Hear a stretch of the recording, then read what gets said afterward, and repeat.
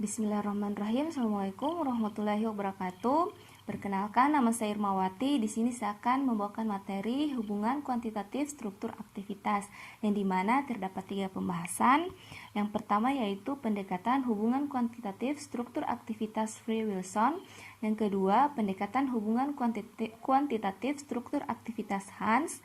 Yang ketiga, contoh model hubungan kuantitatif struktur aktivitas Hans dalam pengembangan obat penyakit degeneratif dan kanker. Oke, kita masuk di materi pertama, yang dimana hubungan kuantitatif struktur aktivitas merupakan bagian penting dalam rancangan obat dalam usaha mendapatkan obat baru dengan aktivitas yang lebih besar, lebih selektif, toksisitas atau efek samping rendah, kenyamanan yang lebih rendah, yang besar, lebih ekonomis sebab faktor coba-coba ditekan sekecil mungkin. Oke, kita masuk di tujuan hubungan kuantitatif struktur aktivitas, yang dimana terbagi atas 3.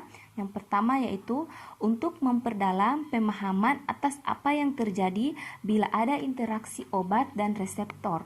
Yang kedua, untuk membuat prediksi dan optimasi agar dalam membuat senyawa bioaktif baru yang lebih baik tidak harus melalui begitu banyak bahan dan percobaan. Yang ketiga, untuk memperoleh pengertian tentang modus aksi suatu obat dan turunan-turunannya. Nah, di mana dari ketiga tujuan hubungan kuantitatif struktur aktivitas ini dia memiliki satu tujuan, yaitu pengembangan obat secara rasional.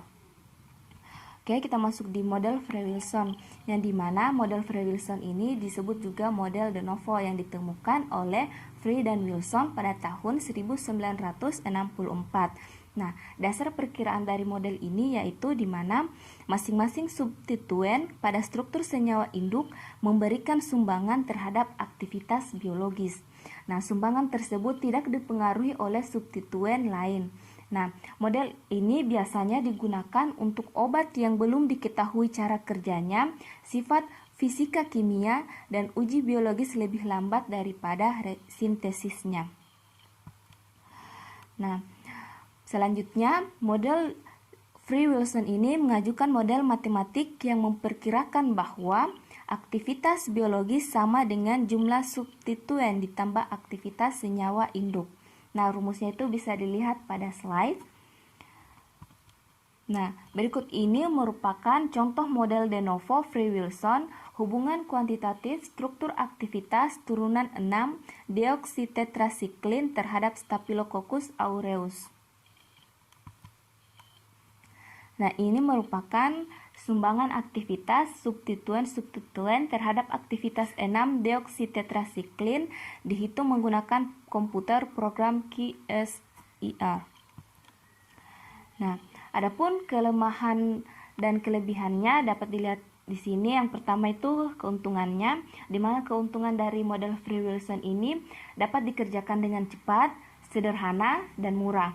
Selain itu juga tidak memerlukan pengetahuan tentang tetapan seperti hidrofobisitas, tetapan elektronik, dan tetapan sterik. Nah, adapun kelemahan dari model Free-Wilson ini yaitu menghasilkan persamaan yang hanya dapat memprediksi turunan senyawa baru dalam jumlah yang terbatas. Yang kedua itu tidak dapat digunakan untuk memprediksi gugus lain yang berbeda dari jenis gugus yang digunakan pada analisis. Nah, kita masuk di pendekatan hubungan kuantitatif struktur aktivitas Hans, yang dimana model Hans ini dikembangkan oleh Hans pada tahun 1963 dengan konsep hubungan struktur kimia dengan aktivitas biologis, yang dimana suatu turunan senyawa yang dapat dinyatakan secara kuantitatif melalui parameter 2 sifat fisika kimia dari substituen, yaitu parameter hidrofobik dan elektronik, sterik, di mana model Hans ini disebut hubungan energi bebas linear atau linear free energy relationship. Nah, pendekatan hubungan kuantitatif struktur aktivitas melalui parameter sifat fisika kimia oleh Hans dinyatakan melalui persamaan regresi linear di bawah ini. Nah, hubungan kuantitatif struktur aktivitas dengan model dan persamaan Hans ini interpretasinya cukup sederhana, yaitu kontribusi substituen dapat dilihat dari bilangan faktor setiap parameter yang keterkaitannya dengan substituen tersebut. Oke, kita masuk di statistik dalam hubungan kuantitatif struktur aktivitas yang terbagi dari regresi linear yang dapat dilihat pada slide dan regresi non linear yang dimana perhitungan analisis regresi dapat dilakukan dengan menggunakan program komputer. Nah, dalam hubungan kuantitatif struktur aktivitas model Hans lebih berkembang dan lebih banyak digunakan dibandingkan model de novo. Karena dia lebih sederhana, konsepnya secara langsung berhubungan dengan prinsip-prinsip kimia fisika organik yang sudah ada, dapat untuk hubungan linear dan non-linear. Data parameter sifat fisika kimia substituen sudah banyak tersedia dalam label-label. Selanjutnya, penggunaan pendekatan model Hans telah banyak dapat menjelaskan hubungan struktur dan aktivitas suatu turunan obat. Nah, kita masuk di contoh model hubungan kuantitatif struktur aktivitas Hans dalam pengembangan obat penyakit degeneratif dan kanker. Nah, berikut ini merupakan contoh hubungan kuantitatif struktur aktivitas model Hans. Yang pertama itu dia hubungan linear antara aktivitas biologis dengan log P. Yang kedua itu hubungan non-linear dan aktivitas biologis dengan log P. Yang ketiga hubungan non-linear dan aktivitas biologis dengan pi dan